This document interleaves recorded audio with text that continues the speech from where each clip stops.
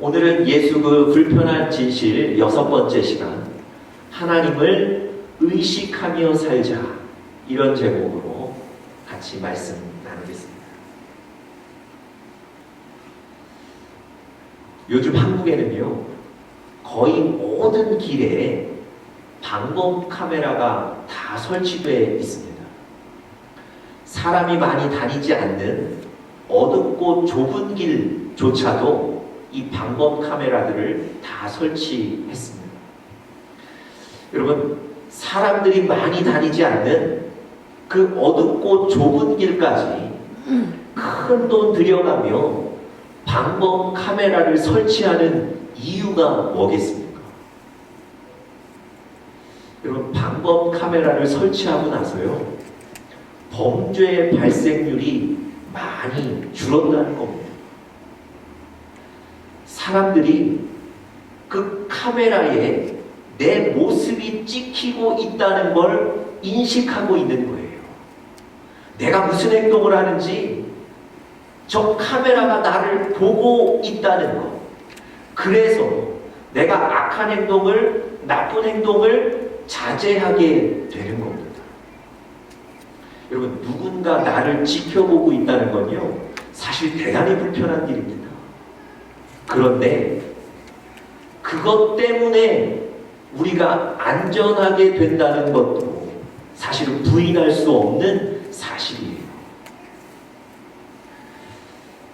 여러분들 그 개인 사업장들 방문해 보시면요, 내부에 감시 카메라가 작동하고 있습니다, 이런 걸 알리는 안내문이 출입구 문에 붙어 있는 걸 아마 보신 분들 계실 겁니다.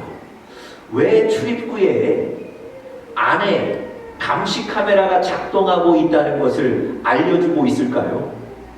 여러분, 출입하는 모든 사람들에게 내부에 카메라가 있다는 것을 의식하게 만드는 거예요. 그래서 그의 행동들을 조심하도록 만드는 겁니다. 여러분, 이 부모님들과 자녀들 사이에 생기는 갈등 가운데 이 갈등의 주요 요인 중 하나가 사실은 부모님들의 지나친 간섭이라고 얘기합니다. 야, 이거 해라, 이거 먹어라, 이거 입어라, 여기는 가지 마라. 여러분, 그렇다면 부모님들이 간섭하지 않으시면 자녀들이 편안할까요? 부모들의 간섭이 없어지면 자녀들이 안전하고 행복할 수 있겠습니까? 여러분, 연구 결과에 의하면 절대 그렇지 않답니다. 자녀들이요, 가장 심리적으로 안정감을 느낄 때가 언제냐면 부모님들이 바운더리를 설정해 놓고 여전히 그 자녀를 바라보고 계실 때, 그때 자녀들이 가장 심리적으로 안정감을 느낀답니다. 예를 들면 이런 거예요. 자녀에게 놀이터 가서 마음껏 놀아라 그러시고 나서 부모님은 그곳을 떠나면, 부모님은 다른 일 하시면 자녀들이 그 놀이터에서 마음껏 재미있게 놀 수 있겠습니까? 그렇지 않다는 거예요. 부모님들이 놀이터라는 바운더리를 설정해 주시고 여전히 그 자녀를 지켜보고 있을 때 그 자녀가 심리적으로 안정감을 느껴서 그 놀이터에서 재미있게 놀 수 있다는 거예요. 여러분, 아이들이 이따금씩 놀다가 부모님이 어디 있는지, 우리 엄마 아빠가 어디 있는지 고개를 돌려 찾지 않습니까? 바로 그런 이유 때문에 그렇습니다.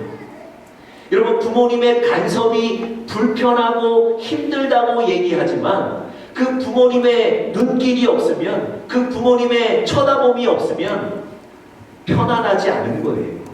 안전하지 않은 거예요. 부모님이 계속 지켜보시는 그 눈길 때문에 사실은 자녀들이 안전하게 재미있게 지낼 수 있는 겁니다. 여러분, 영적으로도 마찬가지인 것 같아요. 하나님께서 우리 삶을 아시고 우리를 지켜보시고 그래서 우리 삶에 말씀하시고 때로는 간섭하시는 것 여러분들과 저에게 때로는 불편할 수 있습니다. 여러분 때로는요 누군가를 속이면 간단하게 속이면 이득을 얻을 수 있는 기회도 있고요. 그리고 때로는 누군가에게 비난을 퍼부어 주고 싶을 때도 있습니다. 때로는 이 세상 살아가면서 성적인 유혹들이 있을 수도 있어요. 그런데 우리 그리스도인들은 하나님이 지금 나를 지켜보고 계시다는 것, 하나님이 지금 내 삶을 알고 계시다는 것 때문에 그런 일들 하지 않는 거예요. 여러분 그런 일들 하지 않아서 손해보시는 것 같으세요? 그렇지 않아요. 그것 때문에 우리 자신을 지키게 되고 그것 때문에 우리 가정을 지키게 되는 겁니다.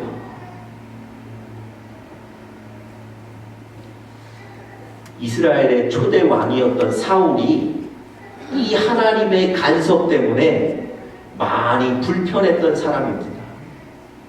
어느 날 군사들을 데리고 전투에 나가서 승리했습니다. 상대방 적군들이 가지고 있었던 가축들, 좋은 옷들, 식량들 다 가져올 수 있었어요. 아니 승리했으니까 그것들 다 가져오는 건 당연한 거겠죠. 그런데 문제가 있어요. 하나님이 그 전쟁에 나가기 전에 사울에게 오셔서 이렇게 말씀하셨어요. 네가 전쟁에 나가서 이길 텐데 이기더라도 그곳에 있는 것 아무것도 취하지 말라. 하나님이 이미 나타나셔서 말씀하셨습니다. 여러분 하나님의 말씀에 순종하려면 그거 가지고 오면 안 되는 거예요. 아마 전쟁에 승리하고 나서 사울이 군사들에게 처음에 얘기했을 거예요. 우리 이거 가져가지 말자. 다 놔두고 가자. 그런데 그 군사들이 자기를 믿고 목숨까지 걸어가며 함께 싸워줬던 군사들이 아니 이거 남겨두지 말고 다 가져갑시다. 강력하게 사울에게 제안하는 거예요. 여러분 사울이 지금 하나님과 백성들 사이에 큰 갈등을 하고 있는 겁니다. 만약에 이 백성들의 요구를 받아주지 않으면 이 백성들이 자기로부터 등을 돌리고 떠날 것 같은 불안이 생긴 거예요. 그래서 여러분 할 수 없이 그들의 요구를 들어주고 그곳에 있는 많은 전리품들을 다 가져오게 됩니다. 동시에 하나님의 말씀은 지키지 않은 거예요. 하나님께는 순종하지 않는 겁니다. 여러분 이 일 때문에 하나님과 사울 사이에 갈등이 생기고 관계가 멀어지고 관계가 단절이 된 거예요. 여러분 지난주에 제가 말씀드렸는데요. 사울이 살아가면서 두려움을 느꼈는데 그 두려움의 근본의 원인이 뭐라고요? 하나님과의 관계가 단절된 것. 하나님과의 관계가 멀어진 것. 그게 인생의 두려움의 근본적인 원인이라고 말씀드렸어요. 여러분 하나님의 말씀이 불편하기는 하지만 오늘 그것 때문에 그것을 지키지 않음으로 하나님과의 관계가 단절되어 버린 거거든요. 여러분 하나님의 간섭, 하나님의 말씀이 없으면 편안할 것 같지만 하나님과 우리의 관계가 멀어지는 거예요. 결국 우리 인생에 두려움이 찾아오게 된다는 겁니다. 여러분 하나님 없이 우리 마음대로 사는 것이 편할 수 있어요. 그런데 그것이 안전하거나 행복한 삶은 아닙니다. 우리를 창조하시고 우리의 주인 되시고 지금도 가장 좋은 길로 인도해 주시는 그 하나님이 계셔야만 여러분과 제가 행복하고 안전한 삶을 살 수 있게 됩니다. 가지가 나무에 붙어 있어야만 사는 것처럼 여러분과 제가 하나님이라는 나무에 붙어 있어야 되는 겁니다. 오늘 본문에 등장하는 다윗이 불편하지만 하나님 붙잡고 불편하지만 하나님 의지함으로 어려운 상황 속에서도 안전하며 승리하는 삶을 살 수 있었습니다. 다윗을 살린 그 불편이 뭘까요? 여러분들과 저의 신앙 속에서 우리가 불편하지만 감수해야 될 것들이 무엇일까요? 오늘 본문 통해서 우리가 구체적으로 좀 알아보면서 은혜와 도전이 될 수 있기를 간절히 바랍니다. 첫 번째로요, 다윗을 살린 그 불편, 우리가 감내해야 될 신앙 속에서의 불편 첫 번째는 뭐냐면 하나님께 묻는 것입니다. 하나님께 물으며 사는 것, 그것이 바로 불편하지만 우리가 해야 될 일입니다.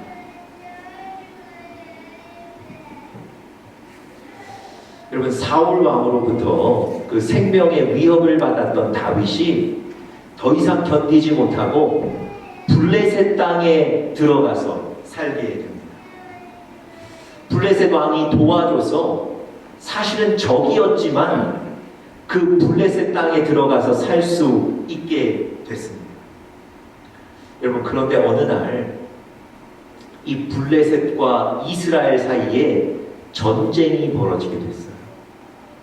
블레셋 왕이 다윗에게 너도 나와 함께 나가서 전쟁에 나가서 함께 싸우자 명령합니다. 여러분, 자기를 사랑해주고 자기를 배려해준 그 블레셋 왕의 명령을 어길 수가 없어서 그 전투에 함께 나가게 돼요. 그런데 여러분, 이 전투가 어떤 전투입니까? 자기의 조국과 싸워야 되는 그런 전투예요. 여러분, 하는 수 없이 그 전투에 나갔는데 블레셋 장수들이 이 다윗이 함께하는 것을 반대해요. 왜냐하면 다윗은 이스라엘 사람이고 이스라엘의 장수였던 사람이거든요. 이스라엘과 블레셋이 싸우는 전투에서 우리를 배반할 수 있다는 거예요. 그래서 왕에게 저 다윗은 돌려보내자고 제안하고요. 그래서 왕이 그들의 제안을 받아서 다윗과 군사들을 다시 집으로 돌려보냈습니다. 여러분, 3일이 걸려서 다시 그들이 살고 있던 시글락 땅으로 돌아오게 됩니다. 그런데 시글락으로 돌아왔더니요, 자기 온 마을이 불타서 잿더미가 되어 있는 거예요. 그리고 자기의 가족들은 인질로 다 납치돼 가버린 겁니다. 여러분, 다윗이 싸우지도 못할, 참여하지도 못할 그 전투에 나갔다가 그 마을을 비운 사이에 아말렉이 그것을 알고 이 시글락을 침공해서 모든 걸 불태워버리고 다 가져가 버린 거예요. 여러분, 왜 하나님이 싸우지도 않을, 참여하지도 않을 전투에 다윗과 군사들을 내보내셨을까요? 왜 하나님이 다윗과 군사들을 3일 이상 그들이 살던 마을 시글락을 비우게 만드셨을까요? 여러분, 이 비극의 원인은요, 다른 게 아니고 다윗이 블레셋에 들어가 살고 있다는 것, 그게 사실은 이 비극의 원인이었어요. 여러분, 생각해 보십시오. 블레셋에 살지 않았다면 그 전투에 참여할 일도 없었고요, 이런 마을을 비울 일도 없었던 것 아닙니까? 블레셋에 살았다는 것, 그것이 여러분과 저의 눈에 보이는 현실적인 비극의 원인이었습니다. 그런데요, 성경을 잘 읽어보시면 이 비극의 근본적인 원인은 따로 있습니다. 그게 뭐냐면 다윗이 하나님께 묻지 않고 결정을 내렸다는 거예요. 여러분, 사무엘상 27장에 보면요, 이 다윗이 사울을 피하다가 결국은 블레셋 땅으로 들어가 살아야 되겠다 결정을 하는데요, 이 결정을 내릴 때 하나님께 전혀 묻지를 않았습니다. 여러분 생각해 보세요. 다윗에게 블레셋은요 적군이에요. 블레셋은 하나님을 부정하는 나라이기도 했고요. 이 블레셋은 하나님의 백성인 이스라엘을 끝까지 괴롭혔던 나라이기도 했습니다. 그런 나라에 내가 들어가 살겠다는 것 인생의 큰 결정 아닙니까? 그런데 이런 결정을 내리는데 다윗이 하나님께 전혀 묻지 않아요. 하나님께 기도하지 않습니다. 자기 생각과 자기 판단에 따라 결정을 해버린 거예요. 여러분 결국은요, 하나님께 묻지 않고 결정한 것에 대한 책임을 자기 스스로 지는 겁니다.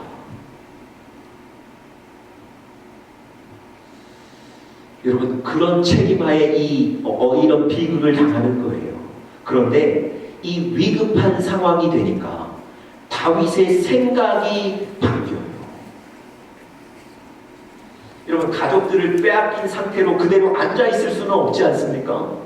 그 가족을 어떻게 해서든 찾아와야 되는데 방법을 모르겠습니다. 어디에 아말렉이 있는지, 어떻게 그 아말렉을 이길 수 있는지 방법이 없어요. 그런데 여러분 이때 다윗이 하나님께 묻기 시작합니다. 자, 7절 8절 한번 보세요. 골짜기 7절 8절입니다. 다윗이 아히멜렉의 아들 제사장 아비아달에게 이르되 이 원하건대 에봇을 내게로 가져오라. 여러분 에봇이라는 것은요 대제사장들이 입던 옷이에요. 대제사장들이 하나님의 뜻이 무엇인지를 알고 분별하고 구할 때 사용했던 겁니다. 다윗이 이 에봇을 가져오라고 했던 것은 하나님께 묻는다는 거예요. 그리고 실제로 하나님께 묻습니다.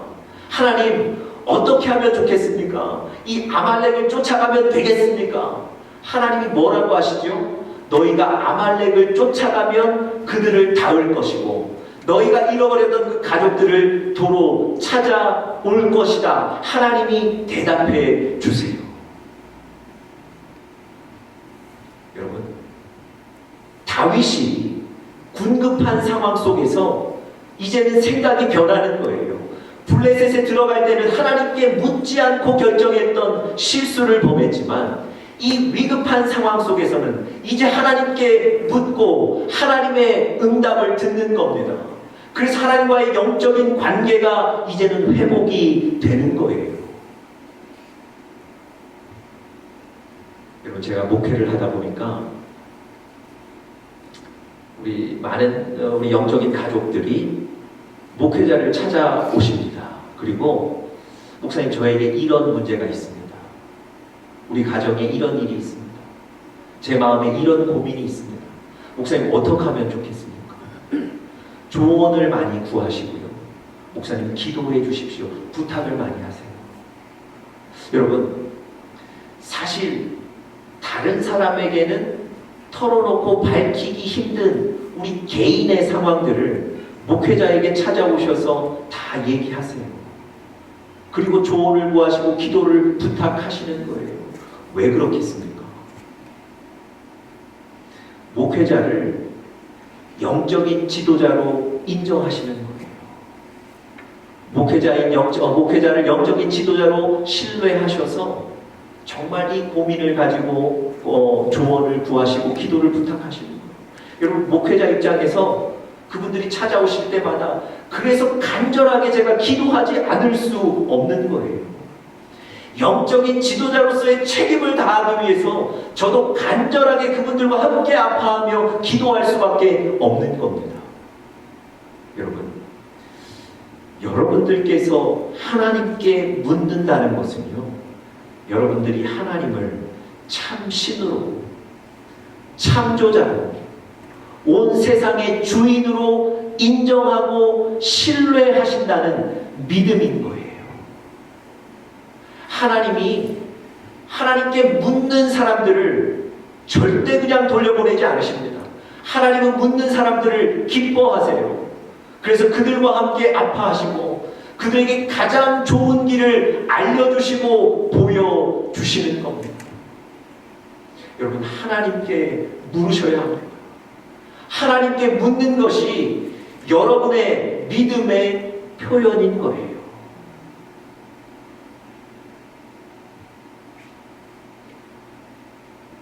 하나님께서 기드온이라는 사람을 이스라엘의 지도자로 부르셨습니다. 그런데 이 기드온은 그걸 받아들일 수가 없었어요. 이스라엘의 지도자가 되면 지금 전쟁의 리더로 나가서 싸워야 되는데 자기는 그런 전쟁을 연습해본 훈련해본 사람이 아니거든요. 농사 짓던 사람이거든요. 그래서 하나님께 물어요. 하나님, 정말 이게 하나님의 뜻이 맞으면 내가 마당에 양털을 좀 갖다 놓을 테니까 오늘 밤에 이슬이 이 양털만 적시고 마당에 땅은 젖지 않게 그렇게 좀 해주세요. 하나님이 그의 요구 들으셔서 그대로 해주십니다. 아직까지도 사실은 확신이 서지 않아요. 그래서 또 하나님께 묻는 거예요. 하나님, 죄송한데 한 번만 더 좀 보여주시면 안 되겠습니까? 오늘은 반대로 좀 해주세요. 땅은 적고 양털은 안 적게 해주세요. 그 다음날 일어나 보니 하나님이 그대로 해주셨어요. 여러분, 하나님은 묻는 자를 외면하지 않으세요. 여러분들이 하나님께 물으시면 하나님 기뻐하시고 반드시 옳은 길을 보여주실 줄 믿습니다. 반면에 여호수아라는 사람은요, 이제 아이성을 점령하는 전투를 해야 되는데 이 아이성이 너무 작은 성이고 매우 약한 성이라 자기들 군사들 조금만 보내면 이 아이성은 금방 점령할 수 있을 것 같아서 하나님께 묻지를 않고 군사들 몇 명만 보내요. 그런데 여러분, 그 아이성에서 엄청난 패배를 당합니다. 엄청난 피해를 보는 거예요. 여호수아가 하나님께 묻습니다. 왜 우리가 저 전투에 졌죠? 왜 우리 군사들이 이렇게 많이 죽었습니까? 하나님께서 말씀하세요. 네가 나에게 묻지 않았다. 여러분, 여호수아가 하나님께 묻지 않았더니 하나님이 그 작은 전투도 이길 수 없도록 만드신 거예요. 여러분, 하나님께 묻는 것이요, 때로는 귀찮고 때로는 불편합니다. 그냥 우리 생각대로, 우리의 감정대로 하고 싶은 마음이 많습니다. 여러분, 그렇게 불편함에도 불구하고 하나님께 물으셔야 합니다. 하나님이 가장 좋은 길을 보여주실 거예요. 하나님이 결정하셨다면 하나님이 그 책임을 다 지실 거예요. 하나님의 결정에는 실수가 없으시다는 거 꼭 기억하시길 바랍니다. 두 번째로요, 다윗이 불편했지만 다윗을 살렸던 그 불편, 우리 신앙 속에서 감내해야 될 불편 두 번째는 바로 어려움에도 불구하고 하나님을 바라봐야 하는 것입니다. 어려움에도 불구하고 하나님을 바라보아야 하는 것.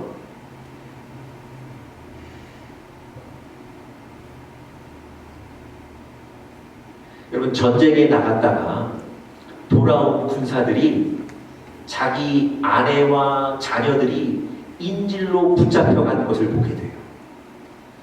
절망하게 됩니다. 4절에 보니까요, 울 기력이 없을 정도로 소리를 높여 울었다고 했어요. 여러분, 어느 정도로 절망했는지 아시겠죠? 여러분, 시간이 지나고 나니까 이 절망이 원망으로, 분노로 바뀌는 거예요. 누구를 향한 분노, 누구를 향한 원망이었겠습니까? 다윗을 향한 원망이에요. 왜냐하면 다윗을 따라 전쟁에 나갔다가 지금 이 비극이 벌어진 거거든요. 여러분, 다윗을 원망하다가 급기야 6절에 보면 다윗을 돌로 들어서 쳐 죽이려고 합니다. 여러분, 생각해 보세요. 다윗도 지금 자기 아내들이 납치당한 상태거든요.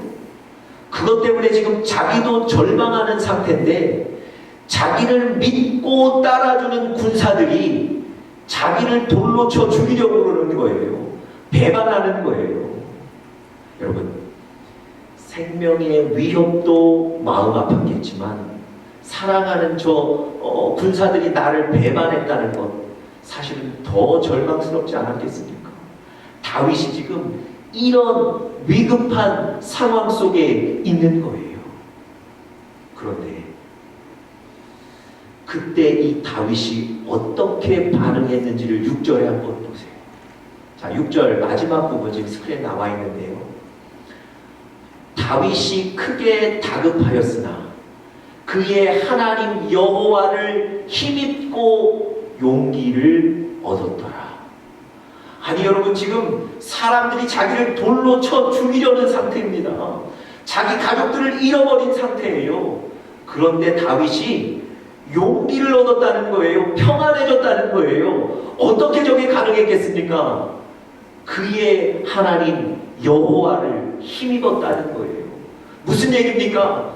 그 위급한 상황 가운데 다윗이 하나님을 바라봤다는 거예요. 여러분, 6절에는요 하나님을 바라봤다고만 얘기하지 그것이 구체적으로 어떤 것인지는 설명하지 않습니다. 그런데 6절의 한 어구를 보면 우리가 좀 유추할 수 있어요. 자, 보세요. 그의 하나님 여호와를 힘입었다. 성경은 그냥 하나님 여호와를 힘입었다 이렇게 얘기하지 않고요, 그의 하나님 여호와를 힘입었다고 얘기합니다. 그의 하나님이라는 건 어떤 것을 의미할까요? 지금까지 다윗의 삶 속에 역사하신 그 하나님을 생각하는 거예요. 어렸을 때 자기가 양치던 목동이었을 때 하나님이 그 들판에서 사자로부터 다윗을 구해주셨어요. 그 하나님을 기억하는 겁니다. 골리앗과 1대1로 싸울 때 하나님이 그 큰 골리앗을 자기 앞에서 넘어뜨려 주셨어요. 여러분, 그때 당시 이 다윗은요 어려서 갑옷도 입을 수 없는 어린 몸이었어요. 칼도 무거워 들지 못하는 상황이었습니다. 그런데 물맷돌 하나로 골리앗을 넘어뜨려 주셨어요. 그 하나님을 기억하는 거예요. 사울왕이 군사 3,000명을 동원해서 자기를 죽이려고 쫓아오는데 하나님은 끝까지 그의 손에 자기를 넘겨주시지 않고 보호해 주셨습니다. 그 하나님을 기억하고 바라보는 거예요. 그의 하나님, 그의 삶 속에 역사하신 하나님.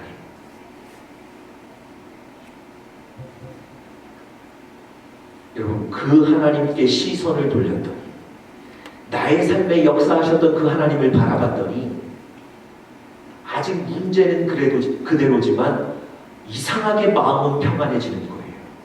이상하게 용기가 생기는 거예요. 여러분, 일반적으로 사람들은요 위기의 순간에 문제를 바라보기가 쉽습니다. 그래서 그 사람들은요 문제를 바라보다가 문제에 완전히 압도되고 있던 용기마저 사라지게 되고요 위축되게 되는 거예요. 어려운 사람들이 실망하고 포기하는 이유가 바로 이겁니다. 그런데 어떤 사람들은요 위기 상황인데도 평안한 사람들이 있어요. 어떤 사람은 위기 상황인데도 기뻐하는 사람들이 있습니다. 어떻게 그게 가능하겠습니까? 오늘 다윗처럼 하나님을 바라보면 가능하게 되는 거예요. 하나님이 그렇게 되도록 만드시는 줄 믿습니다. 여러분, 문제 위에 계신 하나님을 바라보면 문제는 작아질 수밖에 없어요. 평안할 때도 하나님 바라보는 게 쉽지 않거든요. 어려울 때 하나님 바라보는 것 여러분과 저에게 불편할 수 있습니다.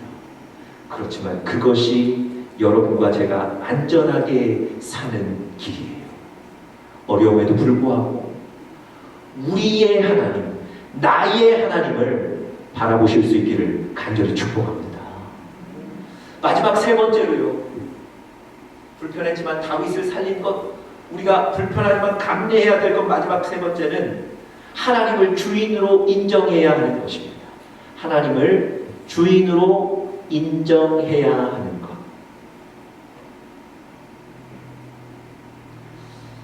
하나님이 가르쳐 주신 대로 다윗과 군사들이 아말렉을 쫓아갔습니다. 그런데요, 문제가 생겼어요. 군사들 600명밖에 안 되는데 중간에 200명이 손을 들고 나 너무 피곤해서 못 가겠습니다 얘기하는 거예요. 여러분, 그 전에 이스라엘과의 전투에 다녀온 뒤였기 때문에 피곤하다는 것 인정할 수는 있어요. 그렇지만 여러분, 지금 목숨을 걸고 가서 우리 가족들 찾아와야 되는데 너무 피곤해서 못 가겠습니다 선언한 200명, 사실은 나머지 400명들 너무 섭섭하지 않겠습니까?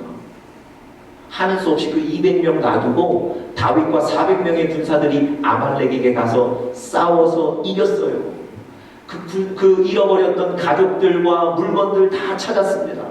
그리고 늠름하게 돌아오는 길에 200명을 만나게 된 거예요. 여러분, 400명의 군사들이 다윗에게 이렇게 얘기합니다. 저 200명에게는 저들의 가족만 돌려보내시고 우리가 지금 뺏어온 이 수많은 전리품들은 하나도 나눠주지 맙시다. 그렇게 제안해요. 여러분, 맞는 얘기 아닙니까? 합리적인 얘기 아니에요? 이성적인 얘기 아닙니까? 그들의 가족만 돌려보내주는 것도 그들을 배려하는 거 아니에요? 여러분, 다윗의 입장에서는요, 이 400명의 제안을 받아들여야 합니다. 왜 그렇습니까? 200명은 나를 위해 목숨을 걸어주지 않았는데 이 400명은 그래도 끝까지 나를 믿어주고 목숨을 걸어준 거예요. 여러분, 이 400명의 입장을 배려해 줄 필요가 있었단 말이죠. 그런데 오늘 성경 읽어보신 대로요, 다윗은 이런 지하에 거절해요. 안 된다는 거예요. 그 이유가 뭘까요? 왜 그 400명의 얘기를 제안을 들어주지 않았을까요? 그 이유가 23절에 잘 나와 있습니다. 우리 다 같이 23절 한번 보겠습니다. 자, 23절 같이 읽겠습니다. 시작. 다윗이 이르되 나의 형제들아, 여호와께서 우리를 보호하시고 우리를 치러 온 그 군대를 우리 손에 넘기셨은즉 그가 우리에게 주신 것을 너희가 이같이 못하리라. 무슨 얘기입니까? 우리가 힘이 있어서 이긴 게 아니라는 거예요. 우리의 전략이 좋아서 이긴 게 아니라 하나님께서 그 전쟁에서 우리로 하여금 이기게 만드셨다는 거예요. 쉽게 말씀드리면 이 전쟁의 주인이 하나님이시라는 거예요. 전쟁의 주인이 하나님이신데 내 하고 싶은 대로 전리품을 나눌 수 없다는 거예요. 그럼 다윗은 지금 뭘 인정하는 겁니까? 하나님이 우리 인생의 주인이라는 것, 하나님이 나의 주인이라는 걸 인정하는 거예요. 여러분, 자신을 믿고 따라준 그 400명이 제안을 거절할 때 다윗도 사람인데 얼마나 마음 불편했겠습니까? 그런데도 불구하고 그 제안을 거절하는 거예요. 하나님을 주인으로 인정하는 그 믿음 때문에 그랬습니다. 여러분, 다윗의 마음이 좀 불편했을지는 모르겠지만 하나님은 그 다윗을 높여 주신 줄 믿습니다. 여러분, 여러분과 저의 삶에 매 순간 하나님을 주인으로 선포하고 인정하시기를 축복합니다. 여러분과 제가 탄 비행기가 좀 불안한 듯 느껴질 때가 있죠. 그렇다고 여러분, 파일럿 대신 여러분이 가서 비행기를 조정하실 수 있습니까? 그러시면 안 돼요. 그러실 수도 없고요. 여러분, 우리 인생의 비행기가 좀 불안해 보일 수 있어요. 내 뜻대로 안 되고 내 마음대로 안 돼서 우리 인생의 비행기가 좀 답답해 보일 수 있어요. 그렇다고 해서 우리 인생의 비행기의 조종사인 하나님 대신 여러분이 직접 운행하시면 되겠습니까? 아니요. 끝까지 하나님을 주인으로 인정하고 하나님께 맡겨드리시는 여러분들 되시기를 간절히 바랍니다. 불편하시더라도 하나님이 그 인생을 책임지실 겁니다. 우리 마지막으로 시편 한 구절만 같이 읽고 오늘 설교 마치겠습니다. 시편 37편 5절. 오늘 이 말씀을 여러분들 마음에 새기시길 바랍니다. 우리 함께 읽겠습니다. 시작. 내 길을 여호와께 맡기라. 그를 의지하면 그가 이루시고. 너의 길을 여호와께 맡기라. 그를 의지하면 하나님이 이루실 줄 믿습니다. 다 같이 기도하겠습니다.